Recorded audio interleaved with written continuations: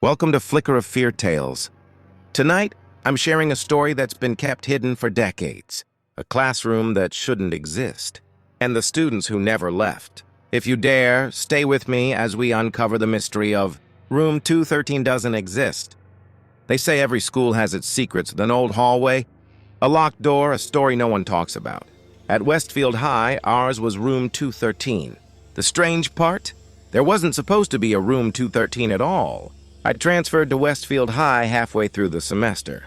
My parents had moved to the small town of Mill Creek after my dad got a job managing a lumber yard on the edge of town.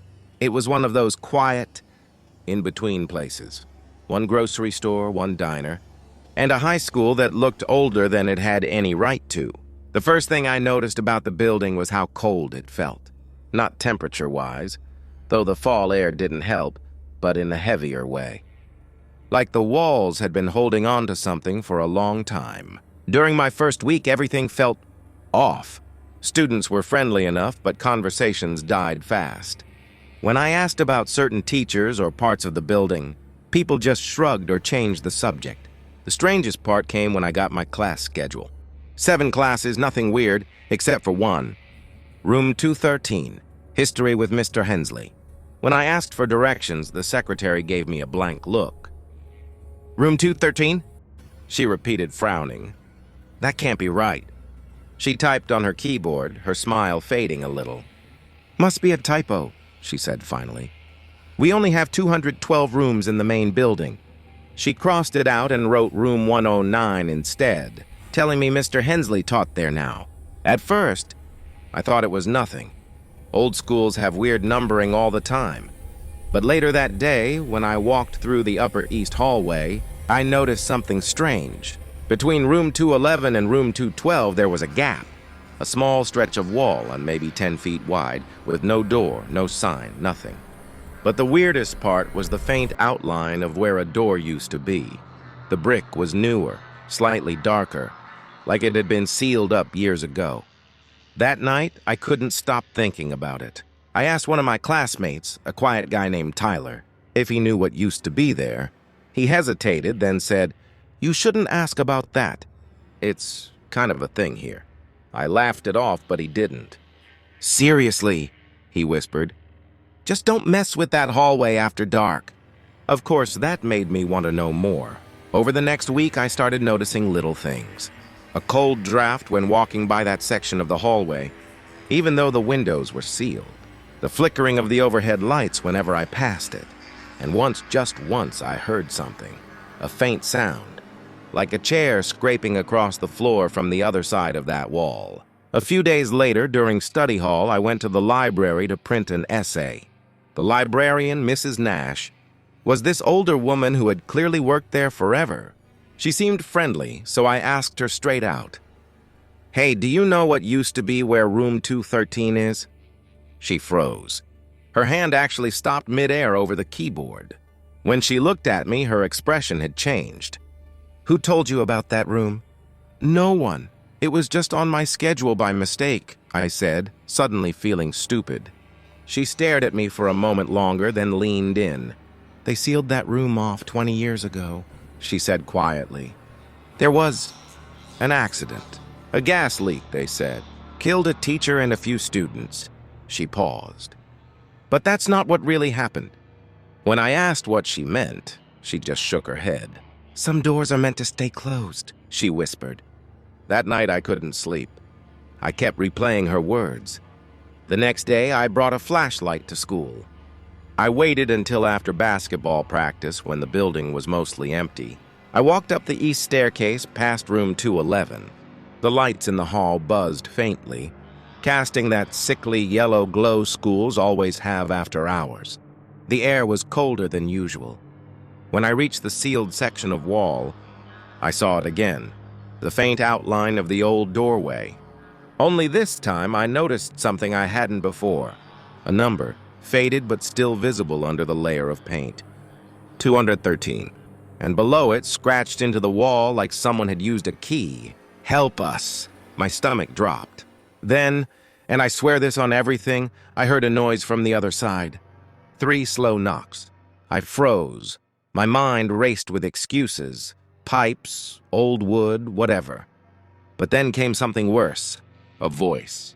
Soft, muffled, a girl's voice. "Is someone out there?" My flashlight flickered. I backed away, my breath catching. The voice came again, closer this time. "Please, we can't get out." That's when the hallway lights cut out completely. I bolted, ran down the stairs, through the empty halls, straight out into the cold night air. I didn't stop until I reached the parking lot. The next morning, I tried to convince myself it was my imagination. Sleep deprivation, nerves, maybe the wind. But when I got to school, there was something waiting in my locker. A folded piece of paper, old, yellowed around the edges. No one saw who put it there. I opened it. Inside, in thin, faded ink, were the words, "You found us. Don't forget us again."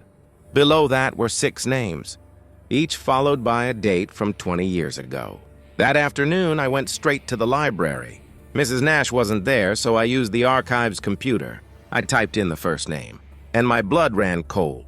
Every one of those students had died in the so-called gas leak. Same day, same room. That's when I realized whatever I'd heard behind that wall wasn't imagination. For the next few days, everything changed. When I passed that hallway, the air turned colder. I could feel it pressing against my skin. Sometimes faint whispers drifted through the vents. A girl's laugh, the scrape of a chair, the distant slam of a locker that no longer existed. I started avoiding that floor entirely, but somehow it didn't matter. The feeling followed me. Down the stairwell, into class, even home. At night, I'd hear soft knocking sounds inside my bedroom wall. Always 3 knocks. Always the same rhythm as that night in the hallway. A week later, I stayed after school to return a borrowed camera from my media class.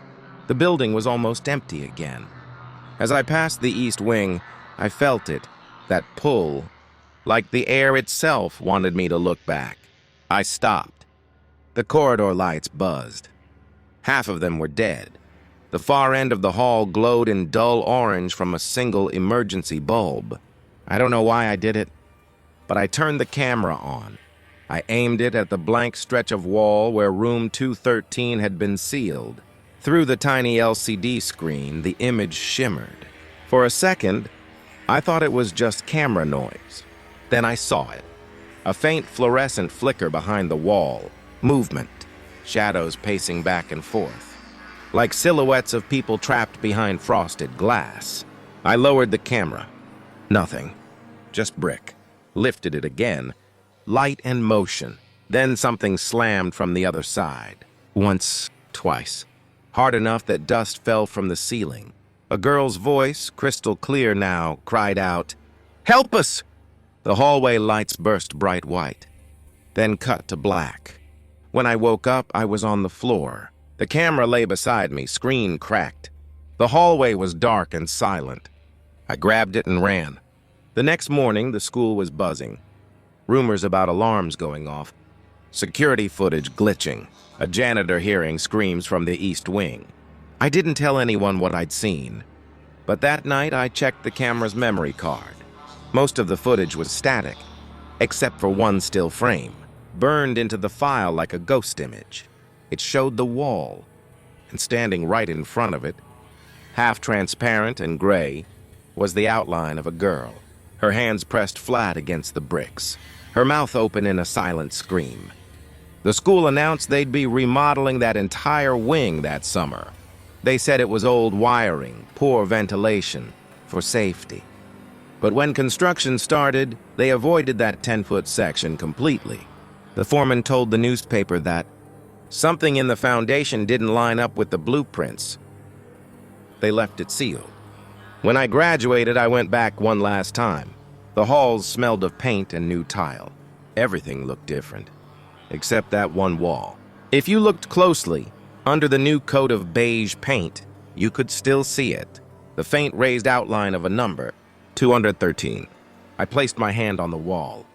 Cold, colder than stone should ever feel. And for a heartbeat, I heard it again. 3 knocks. Soft, patient, waiting. They say the janitor still hears things there every fall.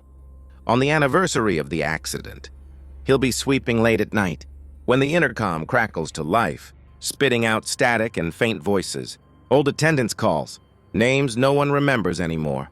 And just before the static fades, a whisper drifts through the halls. We're still here. If you're still here, it means the darkness didn't scare you away. There are more stories waiting. Deeper, darker ones you haven't heard yet. Before the lights go out, make sure to subscribe, give this story a like, and tell me in the comments what kept you awake tonight. This is Flicker of Fear Tales,